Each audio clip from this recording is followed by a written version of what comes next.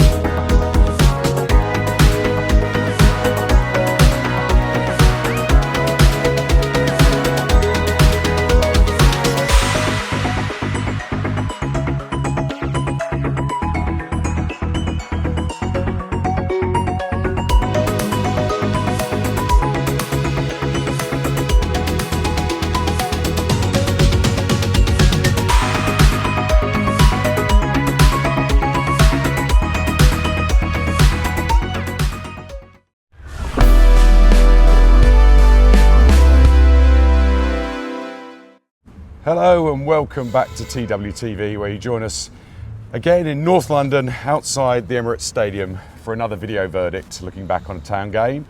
And I'm joined by TWTV TD writers Kallum, Brisset and Phil Ham. Welcome guys. Hello. And we're looking back on Arsenal 1, Ipswich Town 0. And we'll start off with you, Kallum, to give us a bit of an overview of the game itself and any key moments. I think the pattern of the game probably went as we all expected, to be honest. Maybe not the scoreline. No points at the end of the day, but I'm not sure many of us expected any from it. 1-0 is a respectable scoreline, to be fair. It wasn't a game that had a lot in it, to be fair. Arsenal, there wasn't a lot of chances from them. We sat quite deep and restricted them to very little.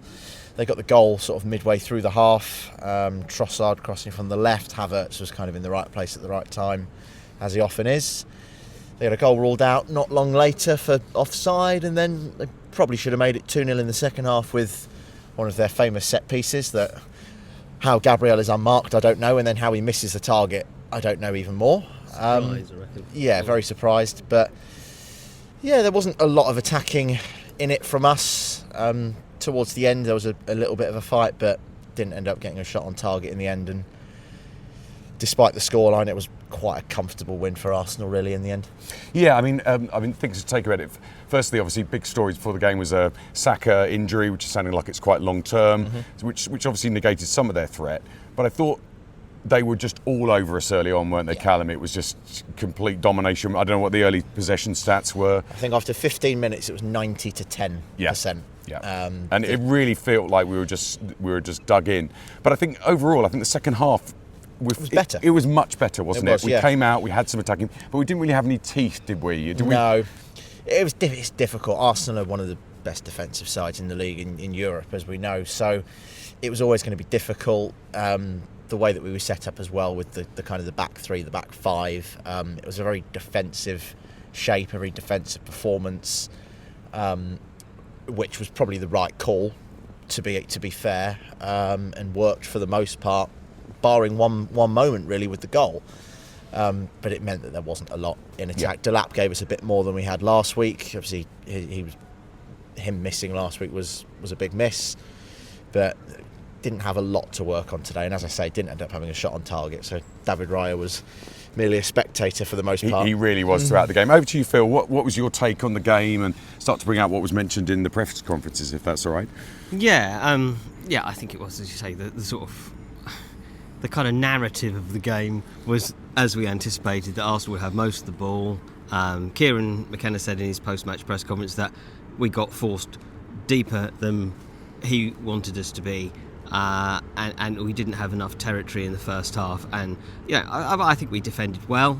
He said it was important to defend resolutely and solidly in order to kind of give us a chance to stay in the game and perhaps give ourselves a chance to try and get something in the latter stages. Well, actually, the game did go pretty much that way, but in the second half I think we had opportunities to break out, and I don't think we made the best use of the ball in those circumstances. I know there was sort of a question in the press conference about sort of having opportunities to shoot, perhaps weren't taken, which I think is true to some degree. There was one incident with Jack Taylor where he kind of Yeah. swept the ball wide to Leif Davis when you thought he might have had a shot, given his track record. But there are other situations where early on we sort of brought the ball out and people made the wrong decision, or there was a kind of misplaced pass, and I think those opportunities we didn't make enough of. And I think in a game like this, because you get so few of them, you've got to make the most of them. Absolutely, and I think maybe Amari was at times. Yeah, I think he was made, again. Following on from a bit of a poor performance against Newcastle, came off for the second half.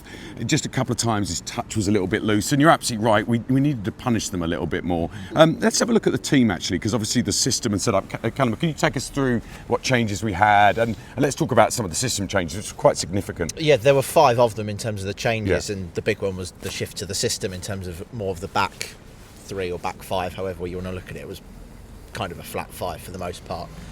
Ben Johnson came back in for Harry Clark on the right, which I think in that system works better. Yeah.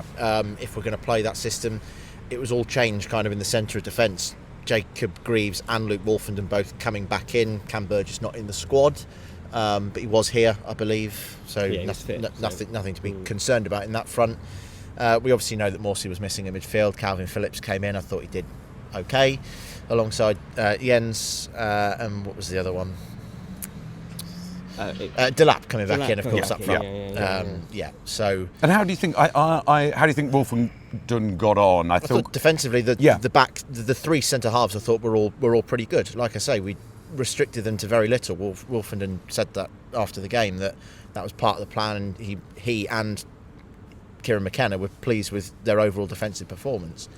It was just a shame that kind of in an attacking sense there wasn't a lot of it. In that first half we just didn't have any composure, did we? We weren't finding any space for ourselves. When Arsenal move the ball around, it's impressive, isn't it? They move extremely quickly, and we're just pinned in. What I liked about the second half is we got a bit more on the ball. We tested them, we pushed them back. Let's talk about the subs actually, because I thought Jack Clark did okay, didn't he, when he came in? And I thought Broadhead did okay. Let's pick some of those. Broadhead, I thought he was probably the best Town player last week, and he only was on the pitch for 10-15 minutes, and I thought it was possibly a similar story today, certainly of the attackers.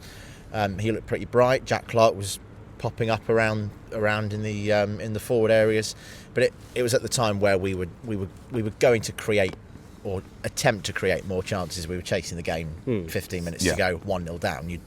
It's a different type of game to 10 minutes in. But I thought they gave us something a bit different, but no real cutting edge from any of them, that's which right. you kind of need at this level, especially at this level against an opponent like Absolutely. Arsenal. No, back to you, Phil. I think the stats kind of we talked about the earlier possession stats, but 68% for them, but critically 13 shots for them, but 5 on target. We had 3 shots, but 0 on target. We never really tested them, didn't we? I think we will be the fans will be happier with the second half. But the fact we had none of the cutting edge and we didn't really hurt them, that would be the concern, I think. Yeah, we didn't get ourselves into decent positions very often, did we? I think that's the thing. It wasn't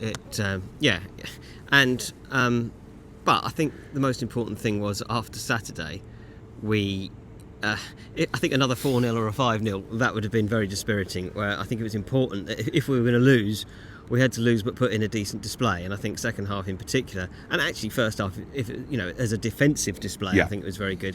Apart from the goal that we gave away, which you look at it, and Ben Johnson's beaten fairly easily, and I think both Wolfie and Jacob Greaves both missed the ball as it comes across. But other than that, we defended pretty well. I mean, they had 1 or 2 opportunities in the second half, but they're always going to.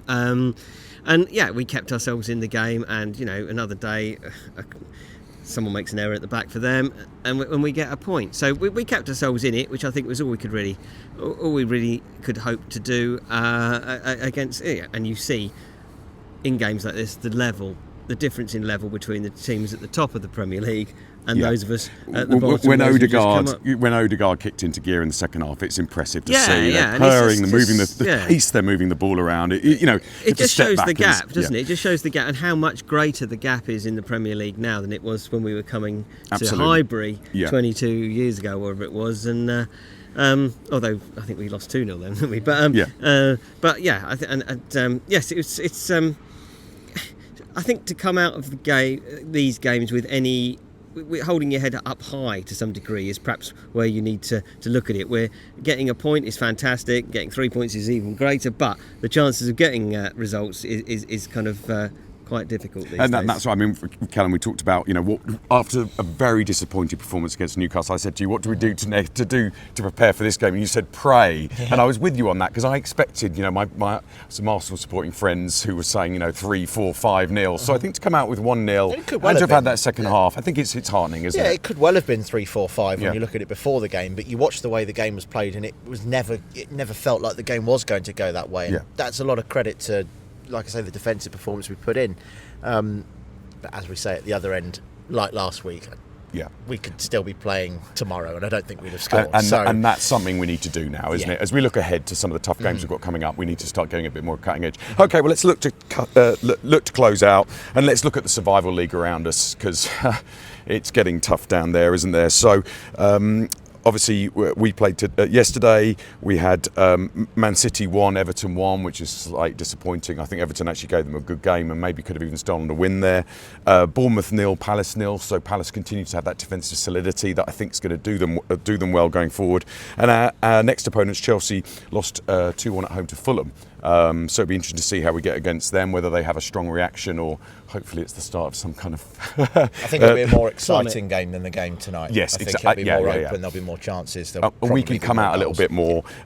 Southampton lost again at home to West Ham, and Wolves had a heartening win against a poor United performance actually at home, so they beat United 2-0, and Leicester were well beaten by Leicester 3-1. Lost 3-1 away at Liverpool. So let's look ahead. We've got Chelsea in the next game. What do we need to do, guys? It's kind of try and find a bit more attacking capability, but also keep some of the defensive solidity we saw today.